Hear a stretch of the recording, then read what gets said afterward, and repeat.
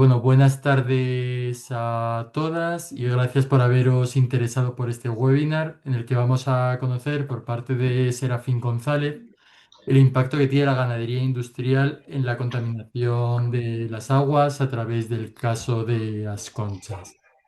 Aquí estamos también Andrés Muñoz, que de parte de Amigas de la Tierra, y yo soy Eduardo Montero de la Federación de Consumidoras y Usuarias CECU. Imagino que todas o casi todas de las que os habéis conectado conocéis el caso de las conchas en Galicia.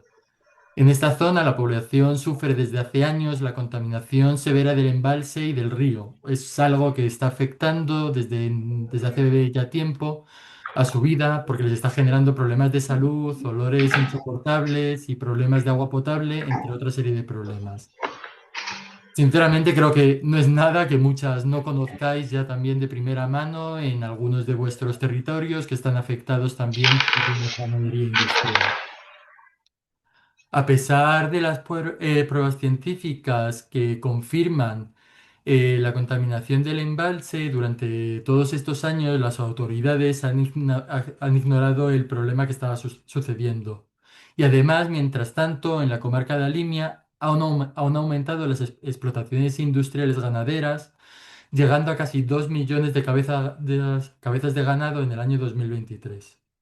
Ante esta situación, ante la inacción de las instituciones, la población decidió tomar finalmente acciones legales y con ello un grupo de 7 vecinas y vecinos de la zona, junto a la Asociación Local de Vecinos y FECU, y contando con el apoyo también de Amigas de la Tierra y de Client Earth, iniciamos hace ya un tiempo una demanda por incumplimiento de los derechos fundamentales contra diferentes administraciones públicas, la Xunta de Galicia, la Confederación Hidrográfica del Miño-Sil y algunas administraciones locales. ¿Qué alegaban las vecinas que iniciaron esta demanda? Algo realmente muy sencillo, que el gobierno regional y las diferentes instituciones no habían garantizado el derecho a la propiedad privada, a la salud, a la vida y a la integridad física. Todo ello, todos ellos derechos fundamentales que las administraciones públicas tienen la obligación de garantizar. Y ya no solo eso, sino que mientras los estudios mostraban una relación directa entre la actividad ganadera e industrial en la zona y los elevados niveles de contaminación del agua, las administraciones públicas permitieron, mientras tanto, la expansión descontrolada de la ganadería industrial, hasta alcanzar esos casi 2 millones de cabezas de ganado de los que hablábamos. Hace ya casi un año se alcanzó una sentencia histórica por parte del Tribunal Superior de Justicia de Galicia que dio la razón a las personas demandantes y confirmaron que efectivamente las autoridades estatales y regionales habían vulnerado los derechos humanos de los residentes al no gestionar ni la contaminación ni sus causas. Y con ello, tanto la Xunta de Galicia como la Confederación Hidrográfica Miño-Sil fueron obligadas a través de esta sentencia a adoptar las medidas necesarias para poner fin a los malos olores y a la degradación ambiental del embalse de As Conchas y sus alrededores. Estas dos administraciones públicas, tanto la Xunta como la Confederación Hidrográfica, presentaron sendos recursos ante el Tribunal Supremo por no estar de acuerdo con esta sentencia, que, sin embargo, fueron totalmente inadmitidos por el Tribunal Supremo y han hecho que desde finales de febrero esta sentencia se considere firme y haya marcado que sea obligatoria su ejecución. Esta reafirmación por parte del Tribunal Supremo obliga a día de hoy a las autoridades competentes a establecer de manera efectiva las medidas necesarias para poner fin a la degradación del embalse y sus alrededores y también a restaurar los derechos vulnerados.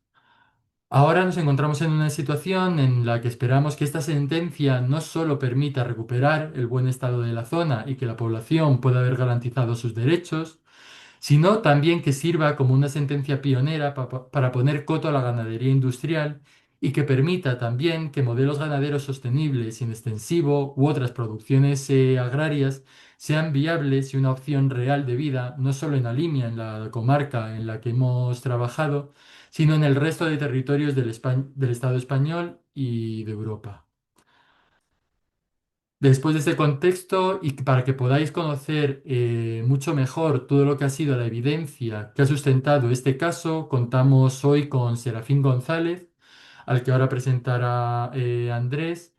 Y durante los próximos 40 minutos, aproximadamente 30-40 minutos, nos dará a conocer toda la evidencia científica que ha apoyado el caso y posteriormente tendremos otros 30-45 minutos hasta las 7:30 para que podáis preguntar cualquier duda o curiosidad que os surja.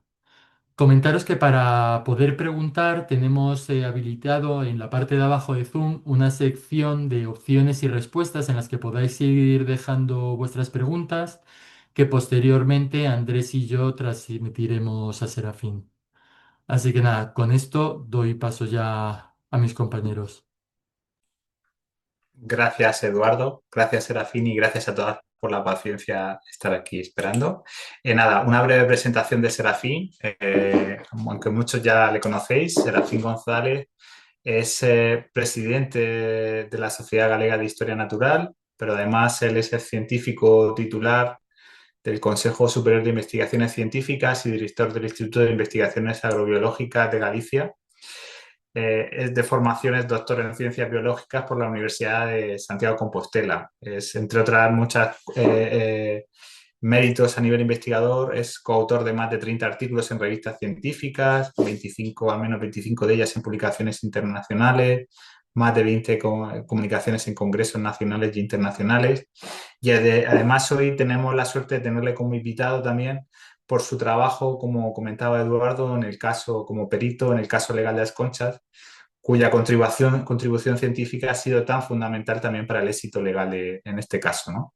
Sin más, doy paso a Serafín y pongo la presentación a ver si yo tengo mejor suerte.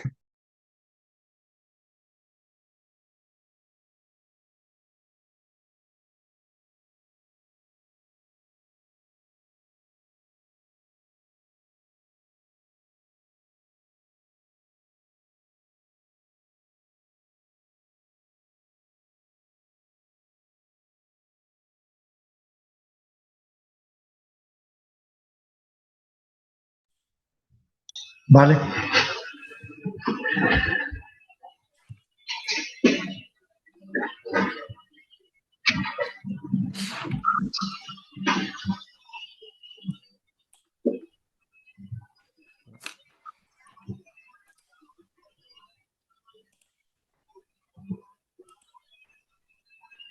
Perdonad un momentito.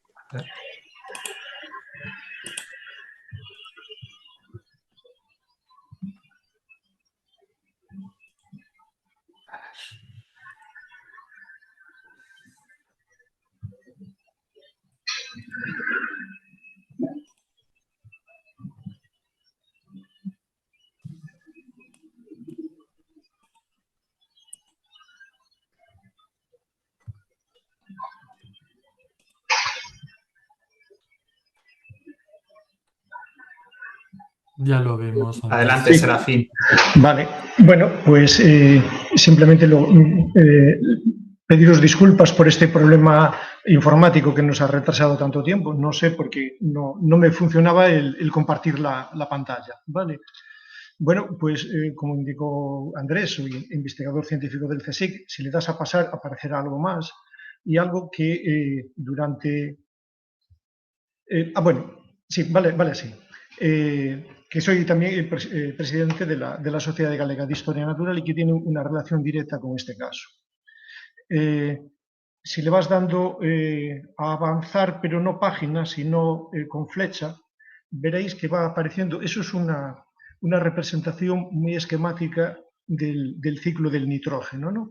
Que es extraordinariamente complejo. Pero ahí está marcado con unos círculos rojos, unas circunferencias en rojo, unas salidas de nitrógeno que son las que nos importa. Cuando hay un exceso de aporte, pues hay unas pérdidas en forma de amoníaco que van a la atmósfera y contaminan la atmósfera porque son núcleos de formación de micropartículas, unos óxidos de nitrógeno que deterioran la capa de ozono y también debería de aparecer una circunferencia sobre los nitratos que son muy solubles y acaban alcanzando las aguas superficiales y las aguas subterráneas.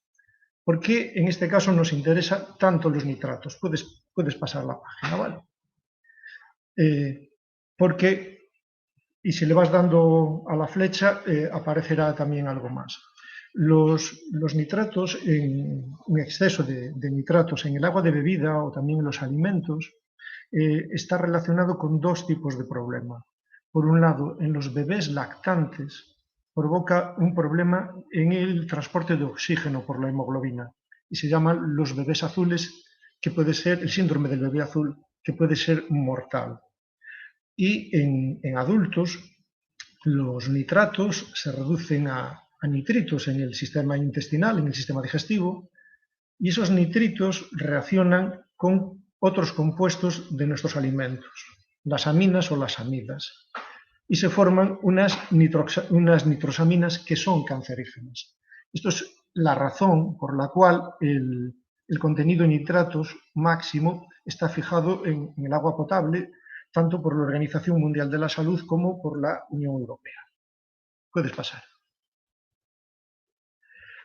Eso en lo que tiene que ver con lo que nos preocupa como agua potable, pero cuando hay un exceso en el aporte de nutrientes a un sistema agrícola, ese nutriente, sobre todo nitrógeno y fósforo, acaba siendo arrastrado a las masas de agua,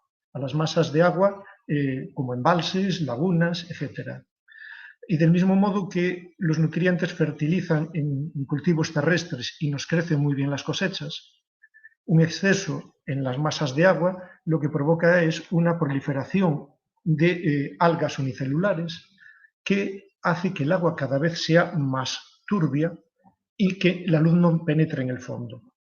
Esos organismos al morir se van al fondo, se descomponen, consumen el oxígeno y eso provoca la muerte de la mayoría de los organismos superiores. Es lo que se llama la eutrofización de las aguas, que es lo que ha pasado en las conchas. ¿De acuerdo? Podemos pasar.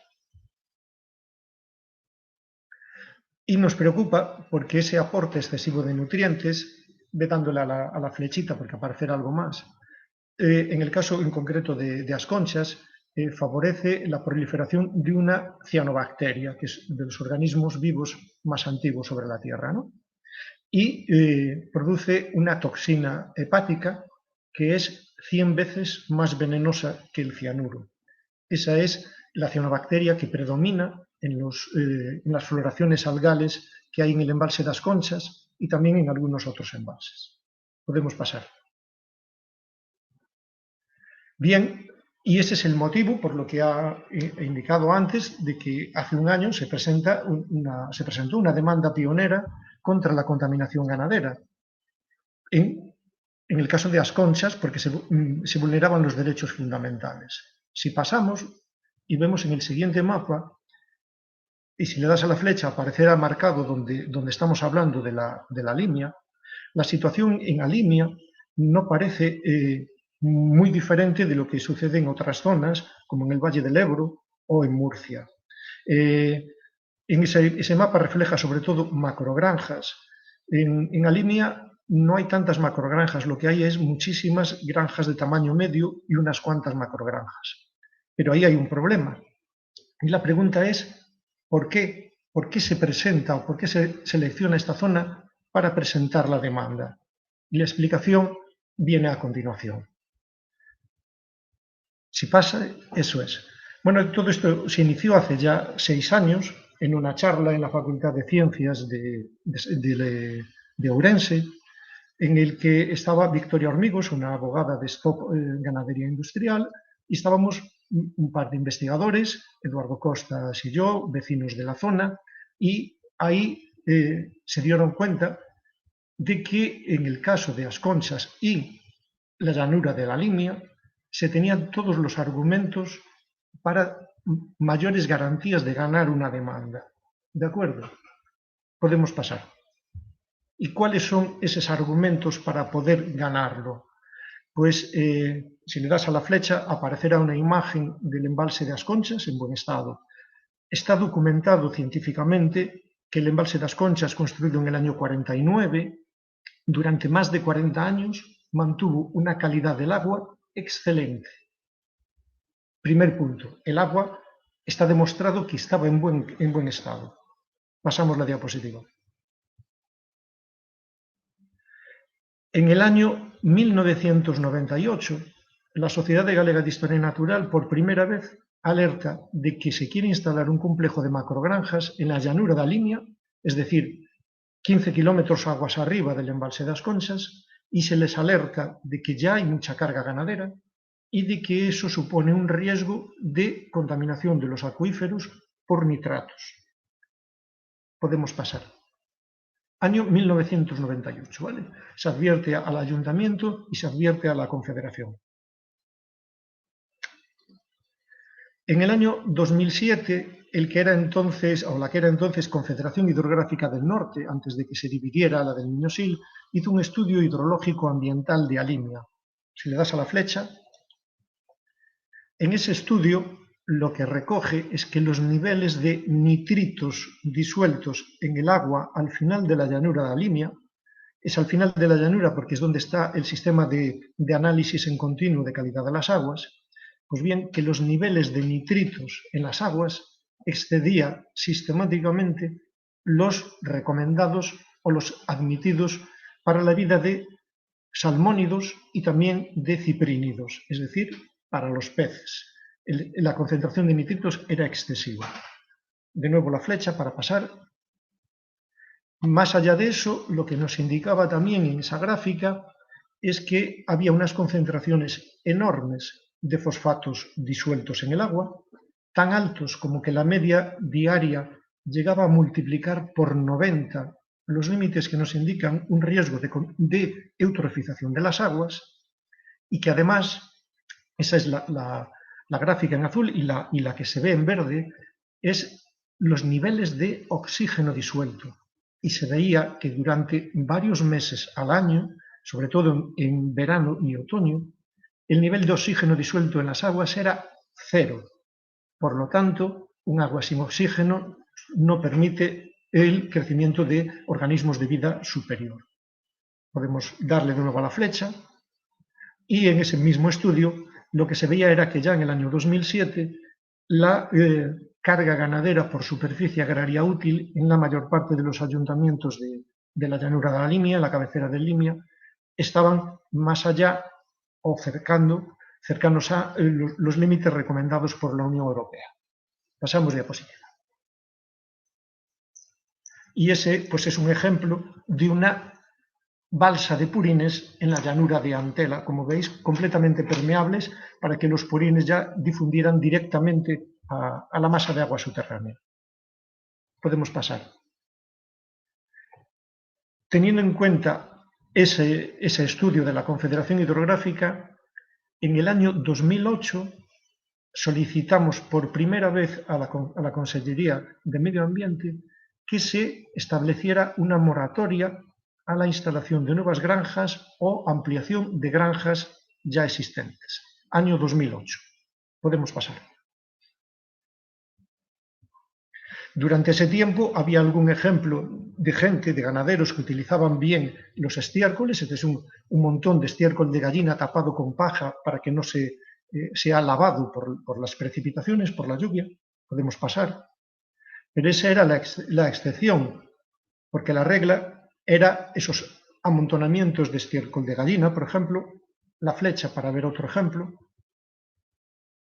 y que en una zona inundable como es la llanura de la Limia, en algunas ocasiones la única masa de tierra emergida era realmente un montón de estiércol de gallina, como esa imagen de abajo.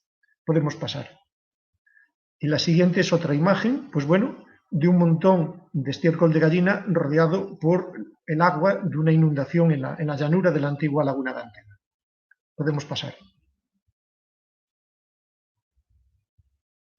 Y unos ejemplos de un tractor enterrado cuando intentaba aplicar purín en una zona con demasiada agua, o dos trailers vertiendo a caño libre purín de cerdo en una ladera para que contamine así la ladera abajo. Está claro que no era una utilización para fertilización, sino que estaban intentando librarse de ese excedente de purines. Puedes pasar. Y la conclusión o la consecuencia pues fue la esperable. En el año 2011 hubo una proliferación brutal de cianobacterias tóxicas en el embalse das Conchas, a la izquierda junto al muro de presa, una sopa verde, y después en las orillas incluso azulado, ¿no? Porque se le llamaba antiguamente algas azul verdosas, ahora son cianobacterias. A raíz de esta enorme proliferación de cianobacterias, esta situación tan escandalosa, podemos pasar. La Confederación Hidrográfica del Miño-Sil encargó un estudio a unos compañeros del CSIC en Granada para ver o intentar saber de dónde viene esa contaminación por nitratos, ¿de acuerdo? Por nitrógeno. Y en ese estudio lo que se comprobó es que por la señal isotópica de nitrógeno 15 permitía descartar con certeza que la contaminación viniera de fertilizantes inorgánicos y que con seguridad venía o bien de residuos ganaderos o bien de aguas residuales urbanas mal depuradas. Eso es hasta donde se puede llegar con ese análisis, ¿vale? Podemos pasar. En base a esos datos, pues bueno, los agricultores se quejaban de que se les criminalizaba y decían, insistían, que el problema era la contaminación con aguas residuales, lo cual no es cierto, como podemos ver en la siguiente diapositiva, o a partir de ahora. Hay una cosa que tenemos que tener en cuenta y que para entenderlo le puedes dar a la flecha de pasar, es que hay una manera de sumar vacas con gallinas y cerdos con cabras, e incluso de compararlo con personas. Eso se llama unidades de ganado mayor. Una unidad de ganado mayor es una vaca adulta que produce entre 20 y 30 kilos de heces y de orina, y en función de su tamaño se sabe que una vaca adulta equivale a 6 terneros o a 6 cerdos, a 7 ovejas, a 200 pollos o a entre 15 y 20 personas. Es importante porque eso nos permite comparar la carga ganadera y la población humana. Podemos pasar. Y en la llanura da Limia hay una circunstancia muy favorable, ¿vale? Hay una subcuenca que está en rojo, que es la de la antigua laguna de Antela, y la que se marca ahí en azul, que es la del río Limia, y está cortado esas dos subcuencas antes de la confluencia de los dos ríos. En ambas subcuencas, la carga ganadera es muy semejante, o era muy semejante hace 12 años, unas 32.000 unidades de ganado mayor, ¿vale? Pero la población humana era muy diferente. En la zona azul es casi 3 veces lo de la zona roja. Si el problema fuera las aguas residuales sin depurar, cabría esperar que donde estuviera la mayor contaminación fuera en la zona marcada en azul. Y sin embargo, se ve con claridad que los niveles más altos de nitratos están en la zona marcada en rojo, esa que tiene pocos habitantes, y una carga ganadera semejante. ¿Cuáles son esos dos puntos que marcan los alfileres en rojo? Puedes pasar. Pues uno de ellos, el CSIC 6, está 1 kilómetro aguas abajo de ese complejo ganadero de Coren, en la Pedra Alta, al que la Sociedad Galega de Historia Natural había alegado en el año 1998, y también de un centro de tratamiento de purines que luego construyó Coren. Hay una relación clara entre la ubicación de esas granjas y de ese sistema de tratamiento y una de las zonas con mayores niveles de nitratos en las aguas superficiales. Puedes pasar. Vale, eso es lo que comentaba de la...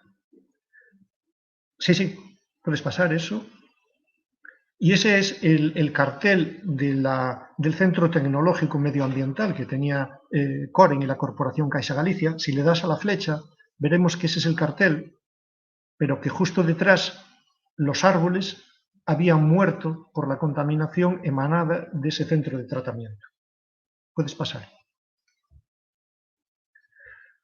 Y el otro punto, el CSIC 13, estaba en una en una charca arenera, en una explotación de áridos, sin ningún núcleo de población alrededor, desconectado de granjas y de los ríos. Ahí no le podía llegar el agua, no le podía llegar la contaminación desde los ríos porque no está conectado.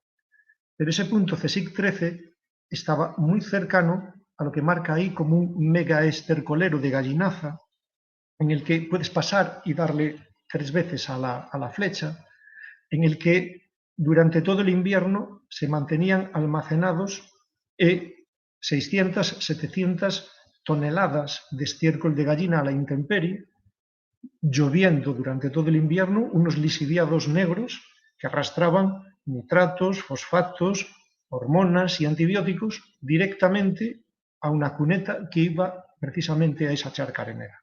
Puedes pasar. Esta era la situación en el año 2011 en el informe SESEGNAL que tiene que enviar el Reino de España a la Unión Europea para explicar el cumplimiento de la Directiva de Nitratos en las aguas. Si le das a la flecha aparecerá un circulito que nos vuelve a marcar la situación de la comarca de Alimia. Vemos que esos tonos marrones tan intensos son o eran ya en ese momento de los más intensos de toda España. Y eso es el exceso, no la cantidad que se aplicaba, sino el exceso de nitrógeno por hectárea, que como veis ya en aquel momento era más de 170 kilos de nitrógeno por hectárea y año que se aplicaban y que no eran capaces de absorber los cultivos. Eso es el año 2011. Información oficial, puedes pasar.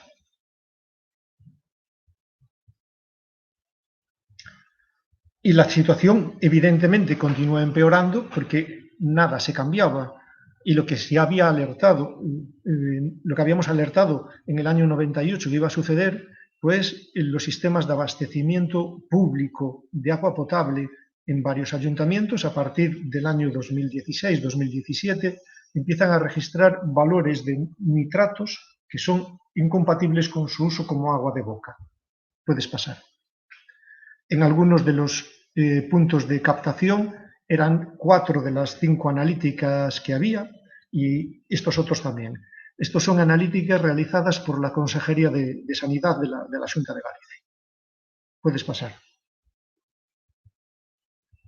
Y si le das a la flecha, volverá a marcarse ahí donde estamos hablando, la Alimia, y es una situación parecida a otros lugares. Esos triángulos en rojo lo que marcan son zonas en las que la contaminación por nitratos en los acuíferos estaba aumentando muy rápidamente en el año 2017. Y eso es una de las situaciones, es la llanura de Alimia. Puedes pasar. Al mismo tiempo hay una serie de artículos científicos publicados por investigadores de la Universidad de Vigo y en este, del año 2013, se ve que la concentración de nitratos, esos circulitos negros y la flecha, se asocia directamente con el caudal del agua circulante en el río Limia en Ponteliñares, lo cual indica claramente que son nitratos arrastrados de las zonas cultivadas cuando empieza a llover, porque si fuera nitratos procedentes de aguas residuales sin depurar, no tendrían una relación con el caudal. En todo caso, tendrían una relación inversa. Cuanto más caudal, saldría más diluida, porque la cantidad de la población es la misma, ¿no? Esto es una evidencia indirecta de que el origen de los nitratos son los terrenos agrícolas fertilizados con fertilizantes orgánicos. Puedes pasar. Y en este otro artículo, publicado en el año 2020, estudiaron las concentraciones de nitratos en pozos particulares y en algunos manantiales. Y encontraron que entre el 55 y el 60% de las aguas de pozo sobrepasaban el límite del agua potable y en algún caso alcanzaba valores 6 veces por encima de lo admitido en un agua potable. También en los manantiales, un 10 o un 14% de los manantiales tenían unas concentraciones excesivas de nitratos. Además, midieron las concentraciones de fosfatos, de fósforo. El nitrógeno y el fósforo son los dos elementos que limitan más el crecimiento de la vegetación o de los organismos vivos. Y con esa concentración tan alta de fósforo que encontraron en esas aguas, 1 litro de agua subterránea sería capaz de provocar la eutrofización directa de entre 10 y 20 litros de agua del embalse das Conchas, de acuerdo con las estimas más prudentes, y entre 100 y 200 litros, de acuerdo con las investigaciones más recientes. Puedes pasar. En ese momento, en el año 2020, la Sociedad Galega de Historia Natural ya había advertido en más de 70 ocasiones a las autoridades supuestamente competentes del riesgo que había de contaminación en el embalse das Conchas, en la llanura de la Limia, y no se tenía ninguna respuesta. Pero el año 2021 sucedió algo. Puedes pasar. ¿Puedes pasar a la siguiente?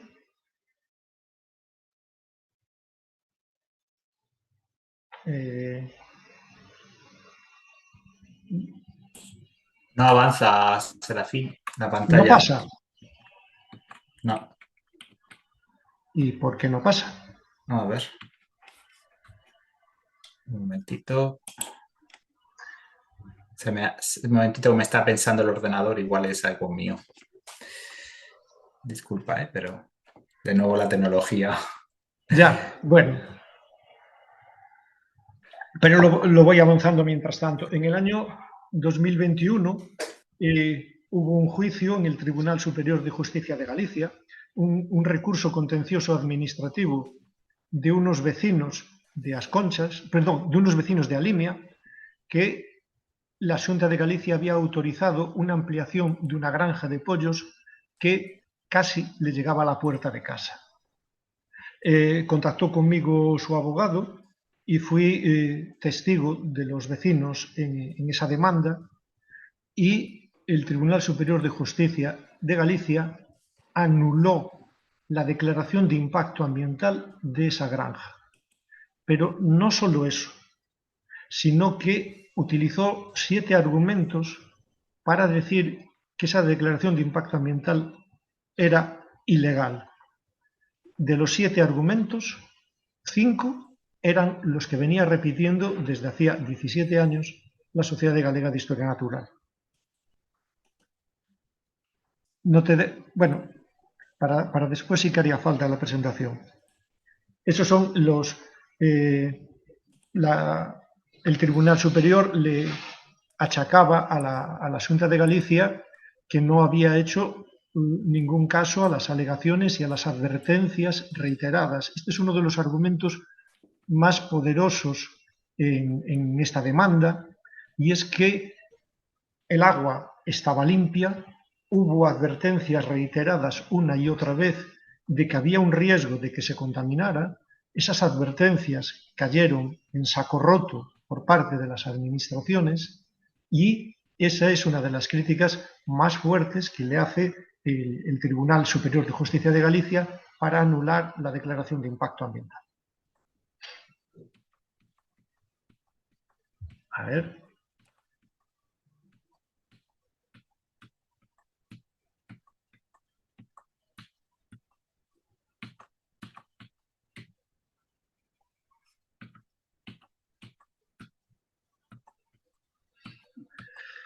Ya casi.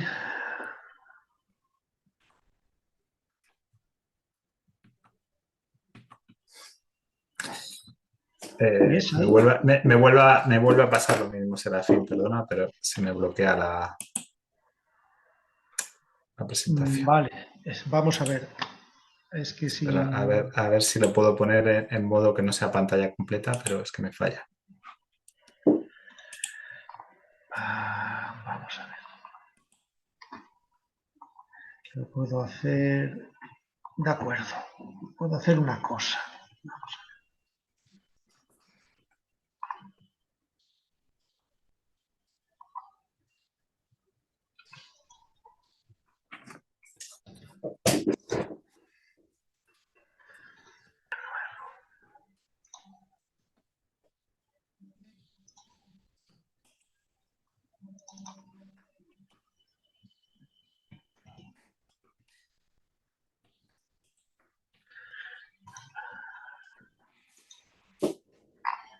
Voy a intentar preparar una versión más sin toda esa parte anterior a ver si así no pesa tanto y te lo puedo mandar rápidamente por correo electrónico. Yo te diría si podemos, voy a intentar pasarla, pero es que se me bloquea el ordenador porque pesa mucho. Claro, pero te voy a mandar una versión ya sin las diapositivas iniciales. A ver si así somos capaces. Le voy a dar a responder y voy a intentar mandarte esa versión más breve, directamente por correo, ¿vale? Espérate, a ver, voy a ver. Voy a intentar abrirla que no sea con presentación completa, ¿vale? A ver si así.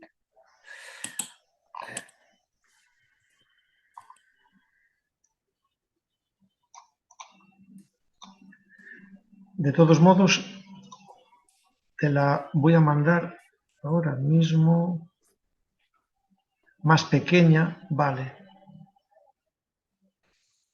A ver.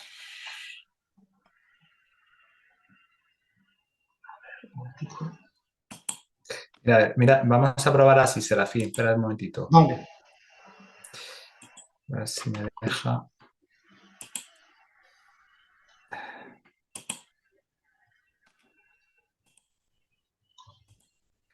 A ver, así, aunque se vea más pequeño, pero... Vale. De todos modos, te acabo de enviar... Vale, un momentico.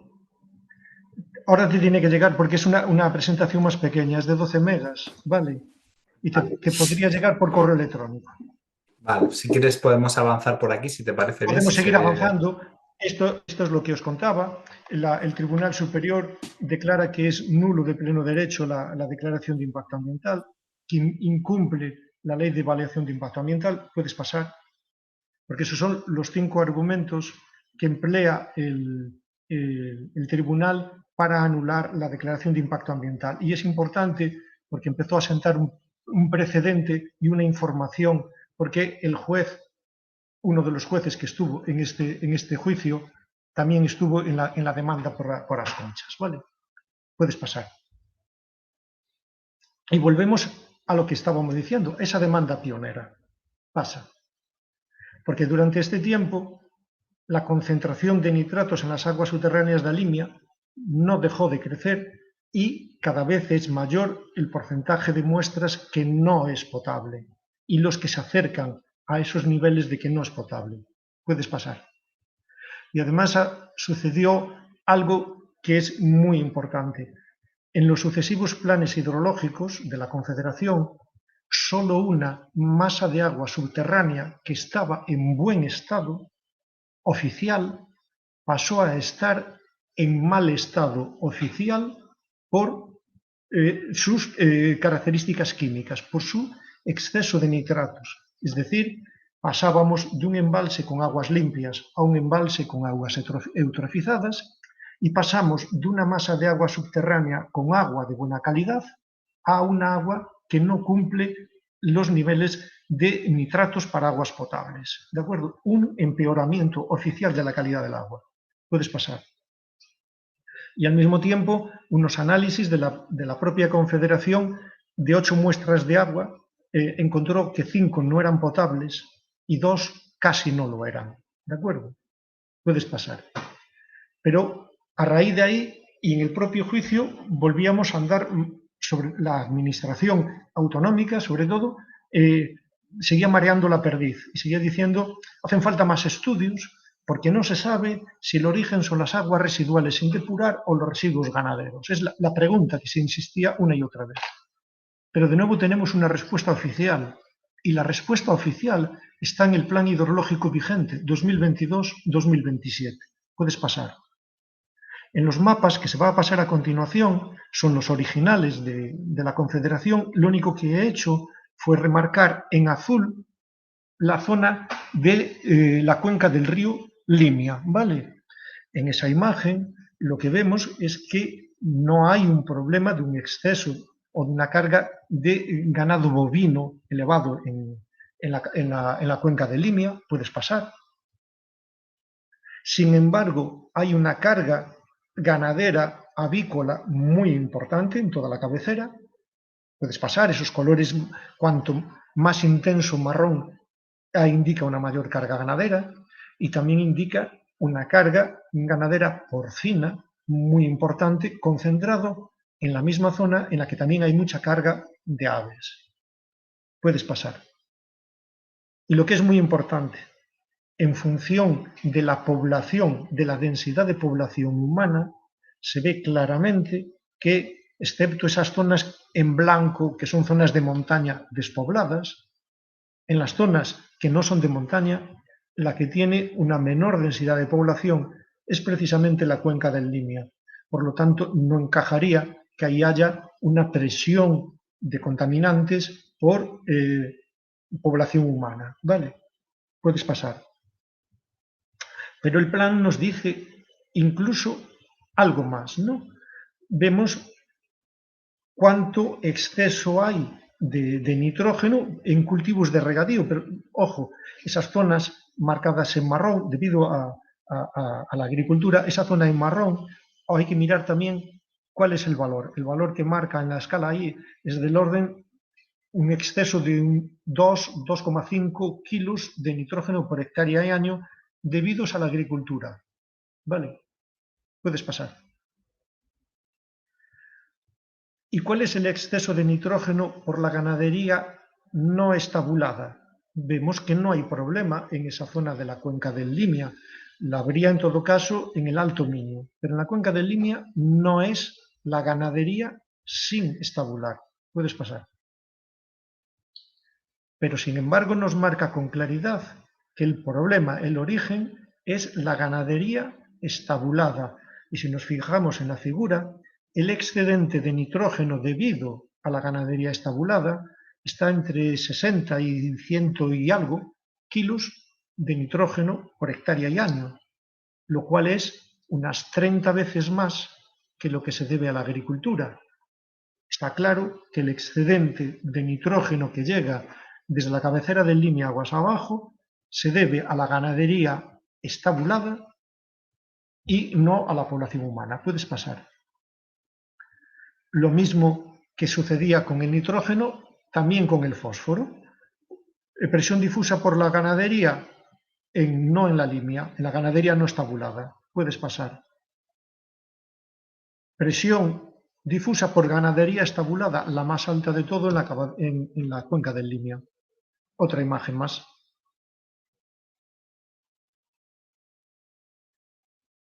¿No pasa? Ah, sí. Bien, y esta es una de las imágenes, porque no paraban de insistir una y otra vez el abogado de la Xunta de Galicia de si el origen era urbano o no era urbano, y hubo un momento en que le dije que se lo podía decir más alto, pero no más claro. Y le dije que también se lo podía decir más grande. Y con permiso del presidente del tribunal, desplegué un gráfico, este mismo gráfico, en tamaño DIN A0 para que lo vieran. Y esa gráfica es muy ilustrativa. En azul, claro u oscuro, la población humana en la llanura de la Limia o justo antes del embalse de As Conchas. Vemos que hay un declive continuo de la población humana desde que el embalse se construyó en el año 49. Durante 40 años el agua se mantuvo con muy buena calidad y con mucha más población humana que ahora. Ahora hay menos de la mitad de la población que había hace 60 años. La población no para de disminuir y justo cuando empieza a dispararse la carga ganadera, esas gráficas en rojo, justo cuando empieza a aumentar rápidamente, se produce el primer boom de cianobacterias en el año 2011 y a partir del año 2009 ya empieza a haber unas indicaciones claras de que el agua del embalse de As Conchas, que era oligotrófica, empieza a estar con una concentración de nutrientes muy alta hasta que ya el último plan hidrológico reconoce que es muy eutrófica esa agua. Está claro que esa gráfica lo que nos refleja que hay una relación causa-efecto entre la carga ganadera y la contaminación, y que por el contrario no la hay con la población humana. Puedes pasar. Y de ahí el resumen claro. Hay una misma causa que es una excesiva aportación de nitrógeno y fósforo por los residuos procedentes de la ganadería estabulada en la cabecera del Limia. Y esa misma causa tiene una serie de consecuencias. La primera de ellas es que hay una contaminación por nitratos en la masa de agua subterránea de Alimia que provoca que no sea potable y, por otro lado, provoca una eutrofización galopante del embalse de Asconchas, con proliferación de cianobacterias tóxicas, con una contaminación por bacterias fecales muy peligrosas, incluso resistentes a antibióticos, con la presencia de patógenos resistentes a antibióticos en los aerosoles que arrastra el viento de las aguas del embalse y una contaminación atmosférica con malos olores y gases irritantes, el sulfídrico en concreto, una pérdida de los valores recreativos y de disfrute para los vecinos y esa violación de los derechos fundamentales. Por otra parte, está poniendo en riesgo al sistema de abastecimiento humano en Portugal, aguas abajo, que capta agua del embalse de Touvedo para abastecer a más de 200.000 personas. Y por último, afecta también a 5 espacios naturales protegidos por instrumentos internacionales. Y en base a toda esa documentación que presentamos ante el tribunal, de ahí vino la sentencia. Puedes pasar. Ya casi estoy acabando. Y la sentencia del 11 de julio del 25 lo que pide es adoptar inmediatamente cuantas medidas sean necesarias para que cese esa degradación y ordena adoptar una moratoria específica para la tramitación y concesión de nuevas granjas o ampliación de las existentes, 17 años después de que nosotros lo pidiéramos por primera vez. La sentencia es muy satisfactoria por un lado, pero agridulce por el otro, porque todo este problema se habría podido evitar en gran medida si nos hubieran hecho caso hace 17 años. Puedes pasar. Y ya para acabar, eso es lo que tiene que ver con la administración o con las administraciones. Pero, bueno, desde que nosotros presentamos las primeras alegaciones en el 98, la carga ganadera se duplicó y desde el año 2008, que nosotros pedimos la primera moratoria, ha incrementado en un 30%. Pero tenemos que tener en cuenta que como ciudadanos y como consumidores tenemos una parte también de la responsabilidad ahí.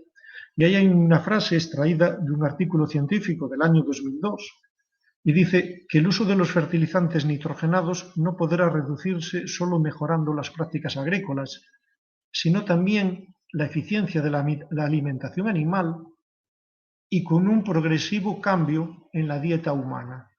Y ese es un cartel, una fotografía que hice hace unos años aquí en Galicia, un cartel que dice parrillada hasta hartarse, con churrasco, etcétera, etcétera. Pues ese consumo excesivo de carne, que es malo para nuestra salud, también es malo para el medio ambiente. Y ahí es donde tenemos que actuar también como consumidores y como ciudadanos para ayudar a reducir esa carga ganadera. Muchas gracias.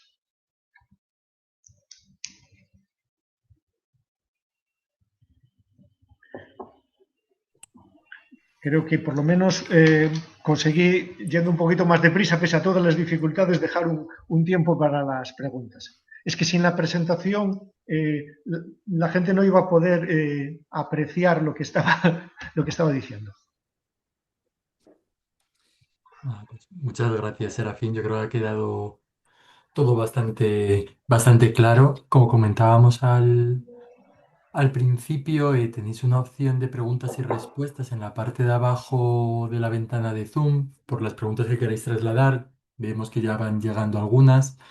Si os parece, lanzo la primera pregunta que hacen, Serafín. Susana Barrera, de Stop Biogas Machacón, en Salamanca. Comenta que gracias por una presentación tan clara. Espera que podamos tener la grabación para mostrar a la gente del pueblo. La tendremos. Y comenta que las plantas de biogás, o mejor dicho, fábricas de metano a partir de residuos orgánicos, van a acumular cerca de nuestros pueblos, en Machacón a 1800 metros, pero tienen casos como en Tornadizos a 700, ingentes cantidades de deyecciones ganaderas. Se estiman que 150.000 o 250.000 toneladas. Y además, en la fermentación anaerobia de la materia orgánica, los nitratos no se ven afectados, luego, ya que los nitratos que entran son los mismos que salen, lo mismo para el fósforo. Así que decir que las fábricas de metano son una solución a los purines es una falacia. El Sinestros Sí, de en ganadería industrial plantas de biometano que pretende vender como fertilizante para los campos el residuo que queda después de la fermentación. Dice que nos llevará a una contaminación total de todas nuestras aguas superficiales y subterráneas. Y la pregunta que lanza Susana es que qué pueden hacer y si sabes algo del tema, Serafín. sí, bien, esa es una huida cara adelante. También se está hablando de la instalación de plantas de biogás en Alimia y en otras zonas de Galicia. Vale. Hay una cosa que comenta Susana, era, ¿no? Que no es correcta. No todos los nitratos que entran salen como nitratos ahí, ¿vale? En las plantas anaeróbicas, como hay unas condiciones muy reductoras, una parte de los nitratos se desnitrifica, ¿vale? La idea original es que salga en una forma de un gas inerte, que es nitrógeno molecular. Eso es si la desnitrificación es perfecta. Pero si la desnitrificación es incompleta y no hay ninguna prueba, nosotros lo pedimos siempre, cuáles son las analíticas que tiene, si esa desnitrificación es incompleta, van a salir óxidos de nitrógeno por la chimenea. Los óxidos de nitrógeno deterioran la capa de ozono y tienen un potentísimo efecto invernadero. Por lo tanto, no es una solución por ese lado. Por otro lado, también provoca una pérdida del valor fertilizante que podría tener esos purines y estiércoles. Lo que sí, como bien has dicho, como bien indica en su pregunta, las concentraciones de fósforo no se ven afectadas. Entonces, el mismo fósforo que entra sí que va a salir, porque ese no se volatiliza. El caso es que muchas cianobacterias no necesitan los nitratos para vivir. Lo que necesitan es el fósforo, pero el nitrógeno son capaces de cogerlo ellas de la atmósfera. Por lo tanto, si no se resuelve el problema del exceso de fósforo, tampoco se va a resolver el problema de la eutrofización de las aguas superficiales. La reducción de la concentración de nitratos sí que podría ayudar a disminuir la contaminación por nitratos en los acuíferos. De todos modos, hay una huida hacia adelante y yo entiendo que no es la solución al problema, porque incluso aunque consigan reducir un poquito la concentración de nitratos, esa pérdida de nitratos por la chimenea, desde un punto de vista energético y ambiental, es una barbaridad. Todos ahora sabéis que uno de los problemas por el cierre del estrecho de Hormuz es que se ha disparado el precio de los fertilizantes. ¿Por qué? Porque producir fertilizante nitrogenado consume una cantidad gigantesca de energía. Gigantesca. Se estima que entre el 3 y el 5% de todo el consumo de gas natural a nivel mundial es para producir fertilizantes nitrogenados. Entonces lo que no tiene sentido es desperdiciarlo de esta manera. Lo que tiene sentido es que la carga ganadera se adapte a la superficie agraria útil de tal manera que no haya ese problema. ¿Vale? Gracias, Serafín. También comparto una pregunta de Eva Fernández que dice que es de la comarca del Deza y que ha visto puntos muy oscuros en el mapa en aquella zona. Pregunta si sabes, Serafín, qué municipios son los más afectados de la comarca y si hay algún estudio o advertencia que hiciste desde la Sociedad Galega o alguna otra organización a administraciones en relación con la comarca. En la comarca del Deza son Rodeiro, Lalín, Silleda, los que están más afectados por esa presión ganadera, es sobre todo de porcino. No tenemos las analíticas de esa zona, se podrían pedir a la administración. Lo que sí nosotros presentamos sistemáticamente alegaciones en contra de esa proliferación de granjas. Tengo entendido que algunos ciudadanos, aparte con ese apoyo de la campaña de Greenpeace, estaban haciendo algunas mediciones de nitratos en las aguas. Pero yo de la comarca del Deza, aunque soy consciente de que hay ese problema ahí, no tengo la información. Vale, muchas gracias, Serafín. Espero que le haya resuelto las dudas a Eva. Tenemos también otra pregunta, otras dos realmente, que las voy a juntar, de Carlos Arribas Ugarte. En primer lugar, te felicita por la presentación y el trabajo realizado. Y pregunta cuántos peritos han intervenido en el procedimiento judicial, porque le suena que intervino también un perito sobre el tema de olores. Y luego también pregunta sobre los tratamientos de estiércoles y purines que se generan actualmente. ¿Cuál sería el tratamiento más recomendado desde el punto de vista científico? Vale, peritos éramos 4. Eduardo Costas, que hizo todas las analíticas de cianobacterias y bacterias patógenas presentes en el agua, un catedrático de la Autónoma en Madrid. Intervino Antonio Delgado, que es un especialista en isótopos estables del CSIC en Granada. Intervino efectivamente un perito en olores, que es de Barcelona, ahora mismo no me recuerdo el nombre, lo tengo en la documentación. Intervino un médico como especialista en sanidad de Madrid, que fue el que hizo la parte referente a los riesgos sanitarios, sobre todo por incremento de riesgo de cánceres, e intervine yo en el tema tanto de los nitratos como de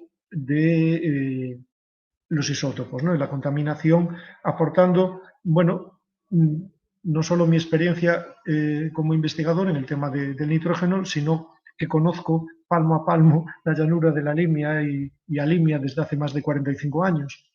Y eso es lo que aportó como cuestión, porque había siempre o permanentemente el riesgo de que la administración demandada intentara anular mi declaración o mi informe pericial por ser al mismo tiempo presidente de la Sociedad Galega de Historia Natural. Yo en mi informe utilicé, mi informe tiene 71 páginas. En solo una se basa en análisis hechos ex profeso para la demanda. Las otras 70 páginas se basa íntegramente en información oficial de la Confederación, de la Consejería de Sanidad y de artículos científicos publicados por otros investigadores para que no pudieran acusarme de un sesgo en la presentación. Y si lo que preguntas es cuál es el tratamiento de estiércoles y purines más recomendado, lo lógico y razonable es que se utilicen como fertilizantes en la agricultura, cerrando el ciclo. Para eso tiene que ser la tierra la que alimente una carga ganadera razonable y que los estiércoles producidos por esa carga ganadera se devuelvan, cerrando el ciclo in situ. Lo que no tiene ningún sentido desde el punto de vista ambiental es que estemos manteniendo una cabaña ganadera engordada a partir de piensos producidos en otros países, Argentina, Uruguay, Brasil, Ucrania. Con eso conseguimos mantener una carga ganadera enorme alimentándola, mucho más de la que es capaz de sostener la tierra con los alimentos que produce.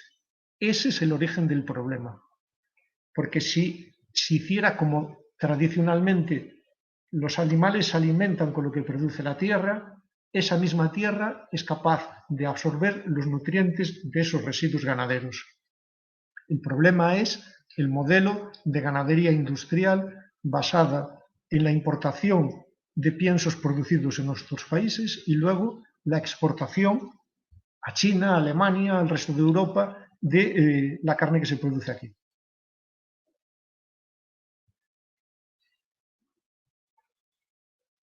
Veo que hay otra pregunta por ahí, sí, no sé. Sí, si quieres te la vamos pasando, Serafín. Ángel Dorrio nos comparte una noticia eh,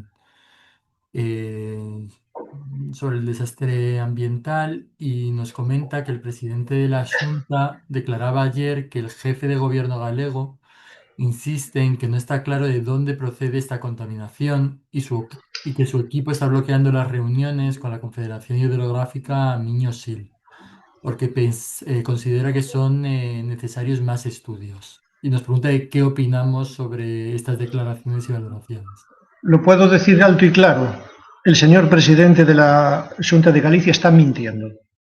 No, rotundamente, no hacen falta más estudios. Está meridianamente claro que el origen de la contaminación es el excesivo carga ganadera en la llanura de la Limea.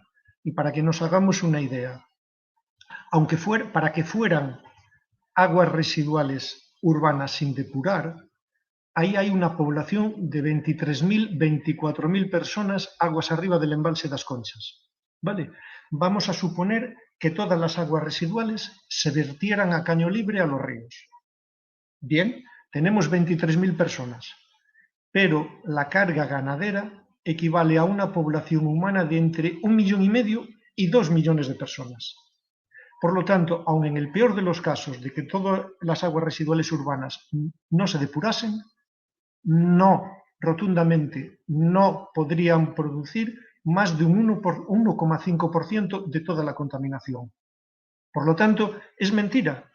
Son ganas de marear la perdiz y de retrasar, arrastrando los pies una y otra vez, la adopción de una medida que no quieren por culpa de la presión del sector ganadero estabulado industrial. Está claro, no, rotundamente, no hacen falta más estudios. Los estudios llegan hasta donde están y lo que hay que completar esos estudios hechos por el CSIC y hechos por la Confederación con los datos que facilita el Instituto Gallego de Estadística y el Instituto Nacional de Estadística, con la población humana y con la carga ganadera. Dejemos de marear la perdiz. Eso no es cierto. Gracias, Serafín. Te traslado alguna pregunta más. Luis Ferrerín te felicita por la presentación y por todo el trabajo durante estos años. Pregunta, ¿para cuándo la ejecución de las sentencias? ¿Si van a pasar otros 20 años? Bueno, adelanto que está el equipo jurídico ahora en la fase de ejecución de la sentencia, que esperamos, ¿no?, que en los próximos meses se pueda materializar al menos algunas de las medidas quizá, ¿no?, más inmediatas y más fáciles de poner en marcha. Por ejemplo, se están ejecutando ahora las indemnizaciones a los demandantes y bueno, no sé si quieres añadir algo más al respecto, Serafín. Bueno, Y yo luego espero que no pasen otros 20 años. Eso esperamos todos. Y luego, en segundo lugar, te pregunta que dice que ha visto que los datos del SINAC que no indican una situación mala para Galicia, que según los últimos datos del 2024, solo hay 2 municipios que superan los 50 miligramos por litro. ¿Qué ha pasado? Pregunta. Me extrañan esos datos, habría que mirarlo. Los últimos del 2024 que tuvimos acceso de la Confederación en el Ayuntamiento de Baltar hizo 8 analíticas y 5 de ellas daban agua no potable. Y en la llanura lo mismo. Hay una circunstancia, hay una diferencia de comportamiento en estos momentos entre la Confederación y la Xunta de Galicia. La Confederación siempre ha facilitado la información cuando se la pedimos, ¿vale? Los datos de nitratos. Desde el año pasado no le hemos pedido una actualización, pero en el 2024 seguía habiendo esos niveles, ¿vale? Y la Confederación admite que el origen es la carga ganadera. Esa es una diferencia con la Xunta de Galicia, que niega que sea la carga ganadera y que, desde que nos dieron por primera vez los datos la Consejería de Sanidad con la concentración de nitratos en los sistemas de abastecimiento humano. Nos lo dieron en el año 2022, pero los que le hemos pedido con posterioridad nunca más nos los ha dado. Nunca contesta, aunque tenemos derecho a ellos.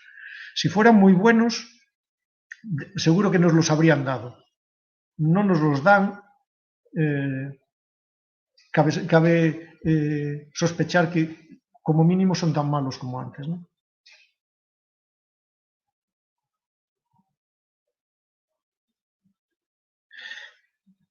Veo que hay otra Gracias, pregunta.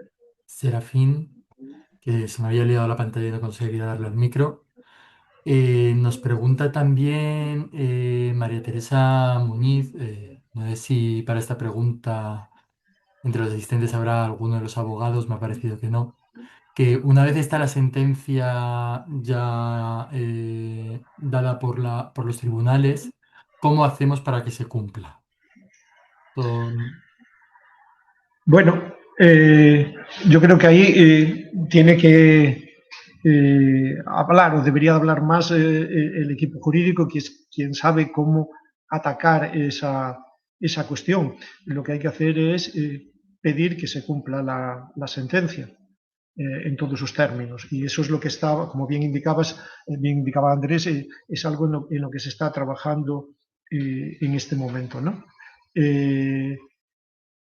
Y exigirlo. De todos modos, también hay una cosa que me gusta ser claro. Aunque ahora mismo tuviéramos una varita mágica y consiguiéramos evitar la entrada de más exceso de nitratos y de fosfatos en la cabecera del Limia, el problema no se iba a resolver mañana.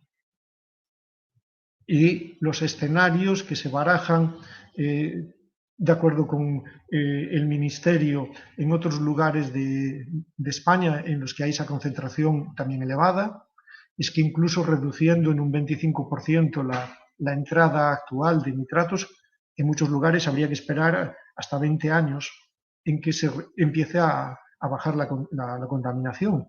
Tenemos que tener en cuenta que llevamos muchos años acumulando contaminación ahí, no se va a resolver de la noche a la mañana, pero ahí es el equipo jurídico tan potente que hay el que tiene que ver cómo presionar para que se obligue a cumplir la sentencia. Gracias, Serafín. Hay varias preguntas relacionadas con la cuestión de las plantas de biogás.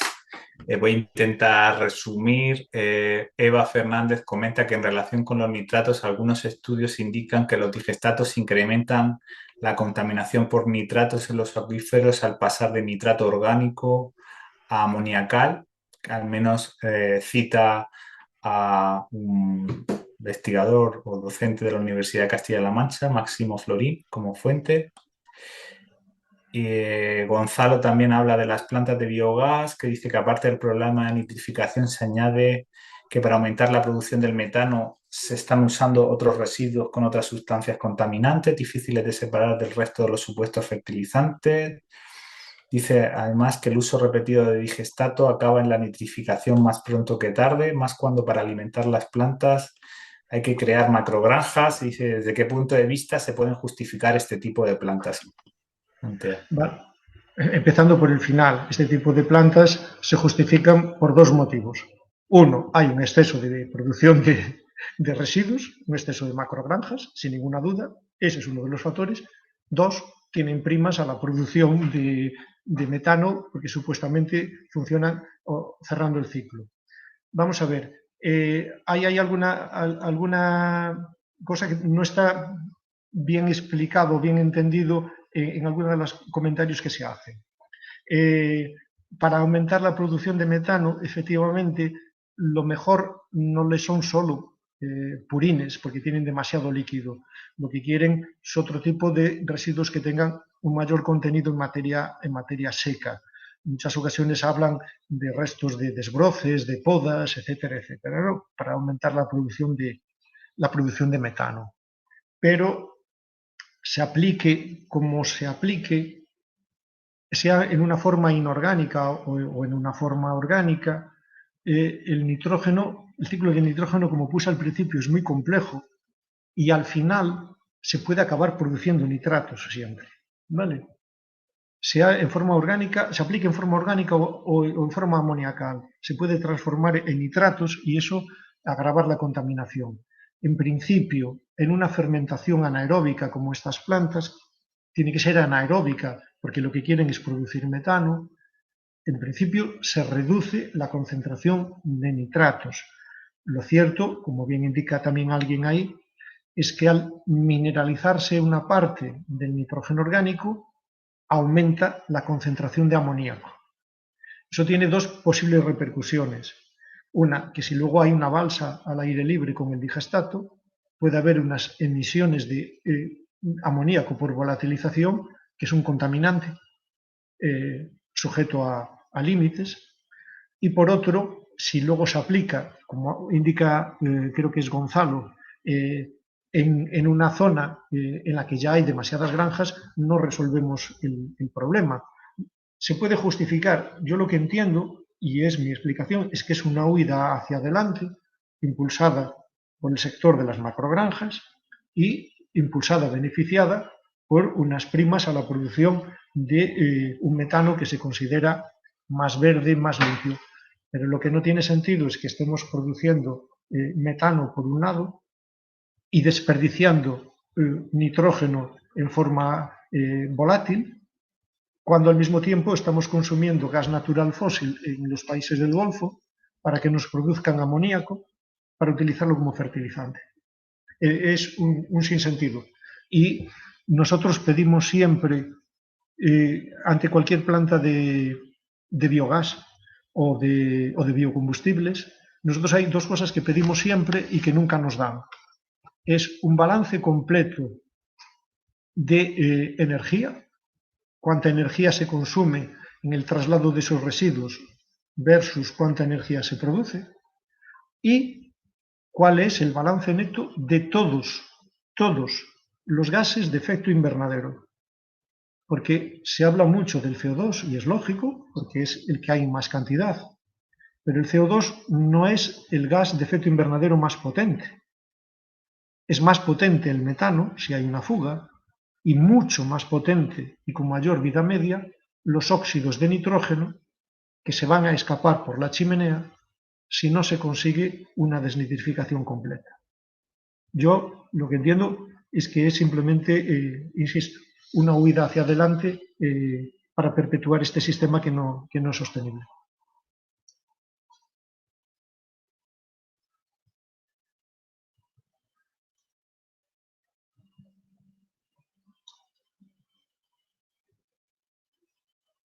Vale, teníamos, gracias Serafín.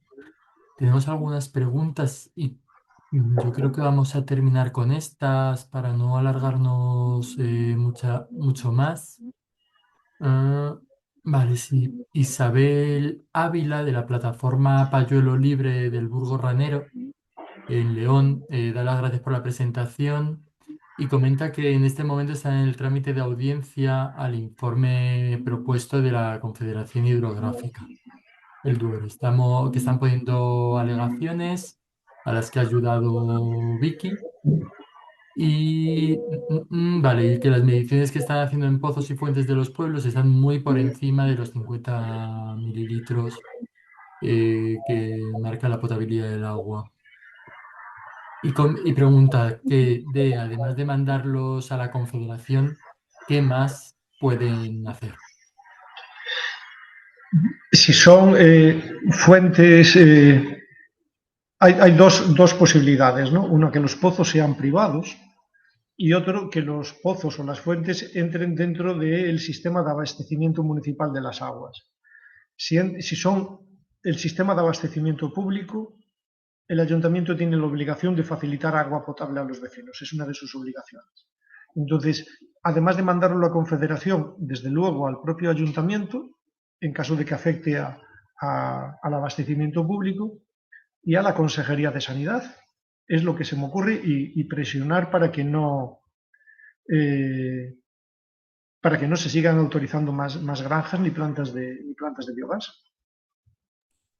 Como veis, en muchas ocasiones es una carrera de fondo. porque lo que se consiguió en As Conchas en buena medida es porque se consiguió demostrar que hay una inacción de las administraciones. Si se le manda las alegaciones a la Confederación y se les advierte, yo sugeriría incluir siempre, miren ustedes, tengan en cuenta que ya han condenado a la Confederación del Miño-Sil por algo parecido. Les estuvieron advirtiendo de que no había agua potable, de que se pasaban los niveles y lo han condenado. Tienen ustedes que actuar. Y a la Consejería de Sanidad, pues igual. Mire, que tenemos una sentencia pionera que dice que ustedes están columpiando. Es lo que se me ocurre, pero, insisto, yo no soy jurista y no es muy fuerte eso, ¿vale? Muchas gracias, Serafín. Si os parece, una última pregunta y con esto terminamos. Pregunta una persona desde Galicia, desde Portugal, que lo has mencionado tú, Serafín, al comienzo de tu presentación, el impacto que tiene también en el agua de consumo humano allá en Portugal. ¿Qué pueden hacer desde el otro lado de la frontera? Bueno, hay un convenio internacional, el convenio de Albufeira, firmado entre Portugal y España, en el que se indica claramente que no se le puede mandar menos de un determinado caudal y hay que mandarle un agua con una calidad, ¿vale? El hecho de que ahora mismo se esté mandando agua que está contaminada podría ser un incumplimiento del convenio de Albufeira, por ejemplo.